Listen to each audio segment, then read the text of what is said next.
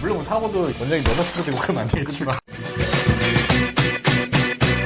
존경받는 병원이 성공한다. 리스펙트 병원 컨설팅의 이승열입니다. 김웅입니다. 오늘은 우리가 여태까지 일해봤던 병원들 중에서 좋았던 병원. 김웅 대표님은 어떤 병원이 좋았어요? 그 연세? 네, 제가 거기를 4년 이상 다녔던, 그러니까 1년 이상 다녔던 치과가 사실 그렇게 많지 않은데 몇 년 차 때 다니신 거예요, 그러면? 2년 차 때부터 5년 차 때까지. 어떻게 보면 제일 일 많이 배웠겠네, 거기서. 그쵸. 거기가 원장님이 이제 양자수. 하셔가지고 병원을 같이 팔렸는데 후임자 원장님하고는 코드가 안 맞았나 보죠?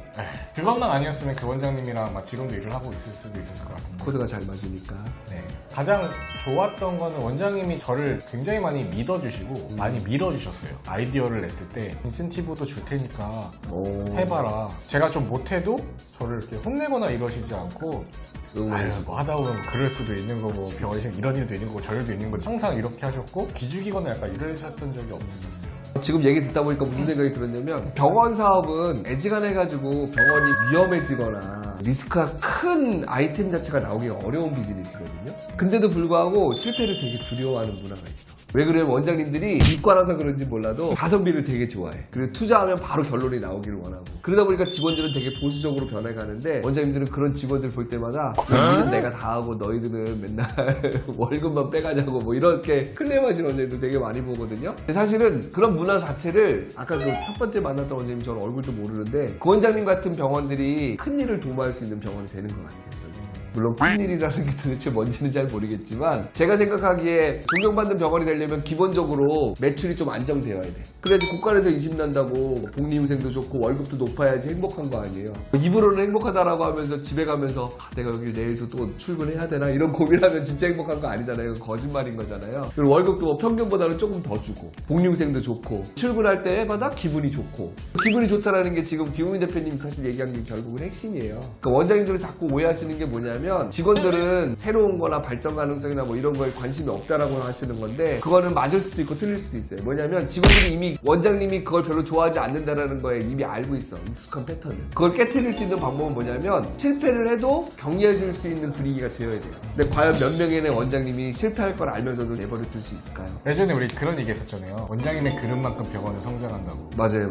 네. 배포가 있으셔야지 사고 치면서 배우는 과정 물론 사고도 원장님 여자친구 되고 그러면 안 되겠지만 감당할 수 있는 사고여야지. 물론 뭐 개업 처음 하시는 원장님이고 나이도 어리시고 그러면 뭐 모를 수도 있지만 대부분의 원장님들은 직원들이 원하고 직원들이 해보겠다라고 하는 게 원장님들의 판단이 어느 정도 나와 있어요. 저게 될지 안 될지도 어느 정도 감으로는 알 수 있고 근데 실패할 확률이 70%일 것 같은데 라고 하더라도 성공 확률 30%밖에 안 돼 이런 식으로 말고 실패하더라도 내가 응원해줄게 이런 식으로 이제 접근을 하면 직원들 입장에서는 처음에는 사고 치지만 그 다음부터는 실패를 줄이기 위한 노력들을 하고 들어가더라고요.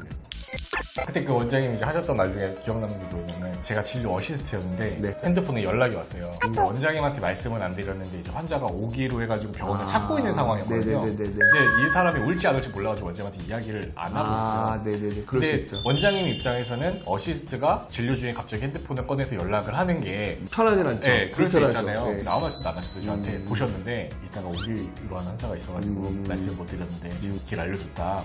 그랬더니 원장님이 저한테 하시는 말씀이 내가 우민쌤 오래 봤는데 진료 중에 그렇게 허튼 짓 할 사람이라고 중요하다라고 알기 때문에 판단했으니까 네, 알아서 그런 했겠지. 사람인 거라고 알고 있어가지고 그런 거 일일이 얘기하지 않아도 돼요 라고 하시더라고요. 좀 감동했어요 저는 그 말에. 그러니까 이렇게 이제 작은 부분에 있어서 직원들은 감동할 수 있는 거예요.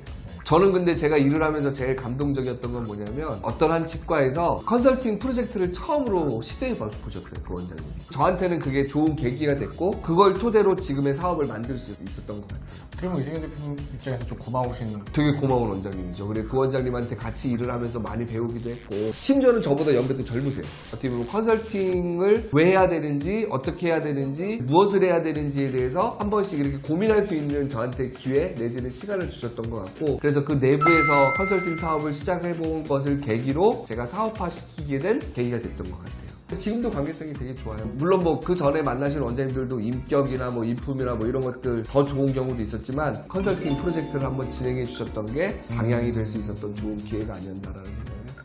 여러분 지금 이거 영상 보시면서 본인이 생각하기에 좋은 병원 분명히 있으실 텐데 아마 좋은 병원의 기준은 사람마다 좀 다를 수는 있지만 더 중요한 거는 그거 같아요. 내 인생의 목적과 맞는 거. 특히 이제 여성 직원들 같은 경우에는 나중에 내가 컨설턴트로 일을 키워보고 싶다 뭐 이런 사람들보다는 대부분이 평온한 안정된 그런 직장을 되게 원하시는 분들이 많더라고요. 상대적으로 제가 이게 같이 일을 하다 보면 그런 데 같은 경우에는 오히려 원장님이 뭘 벌리면 아까 그 부활 원장님 같은 경우에는 같이 일하는 직원들은 되게 힘들었을 거예요. 그럼에도 불구하고 직원들이 원장님 되게 믿고 따라주신 것도 내가 보기엔 되게 훌륭하다.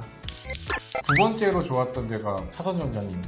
저는 차선 원장님 되게 좋아합니다. 그러니까 그분은 저를 실장으로 생각을 안 하시고 친구처럼. 너무 친동생처럼 너무 대해주셔가지고 기억이 뭐 술 마시고 뭐 노래방 가고 PC방 가고 막 차선 원장님도 정말 좋은 원장님이시죠. 지금도 그냥 맨날 밥 먹으러 오라고 그러고 그래서 제가 이제 그 원장님이랑 이럴 때 병원이 힘들 때 월급을 반으로 줄인 적도 있었잖아요. 원장님 너무 좋아가지고 차 원장님은 약간 제가 느끼기에 바뀜없이 주는 나무 캐릭터시라 오히려 그걸 옆에서 제가 좀 도와줘야 되는 입장입니다. 지금도 제 맞아요. 거래처이기도 하고. 그러니까 이런 병원이 좋았다 있으시면 댓글로 좀 남겨주세요. 댓글로 남겨주시면 저희가 초대를 하든가 네. 초대하면 저희 출연료 드립니다. 네. 그래요. 고맙습니다.